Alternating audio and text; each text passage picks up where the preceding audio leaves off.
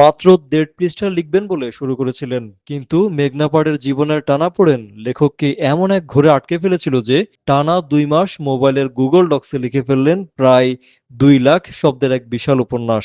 ১৭ জুলাই শুক্রবার রাজধানীর শালা নেবারহুড আর্ট স্পেসে জমকালো আয়োজনে মোড়ক উন্মোচন করা হলো দীর্ঘ এক যুগ ধরে সাংবাদিকতা ও উপস্থাপনায় যুক্ত থাকা ফয়সাল মোরশেদের প্রথম উপন্যাস ৩২ জাইলার আটখোলা।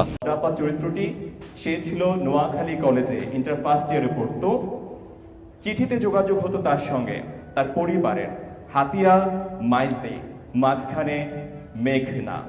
হাজারিকা প্রকাশনী থেকে প্রকাশিত প্রায় ৭৮৫ পৃষ্ঠার এই সুবিশাল উপন্যাসে লেখক দীর্ঘ ৭৫ বছরের সমাজ, রাজনীতি, অর্থনীতি এবং মেঘনাপাড়ের মানুষের আত্ম অনুসন্ধানের গল্প বুনেছেন।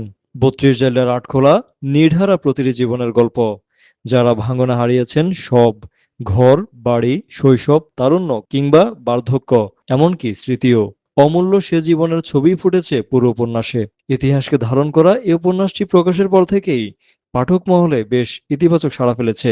আমার ভালো লাগছে। আমি তার এই আজকে বই উদ্বোধনী অনুষ্ঠানে এসেছি। আমি তার উন্নতি কামনা করি। বেসিক্যালি ৩২ জাইলা হাটখোলার নাম বললে এখানে আরো অনেকগুলো নাম আসে, চৌরঙ্গি বাজার, মাইডা হোল। ফয়সাল রাফাত, টিভি5 বাংলা, ঢাকা। মনে পড়ে যায়।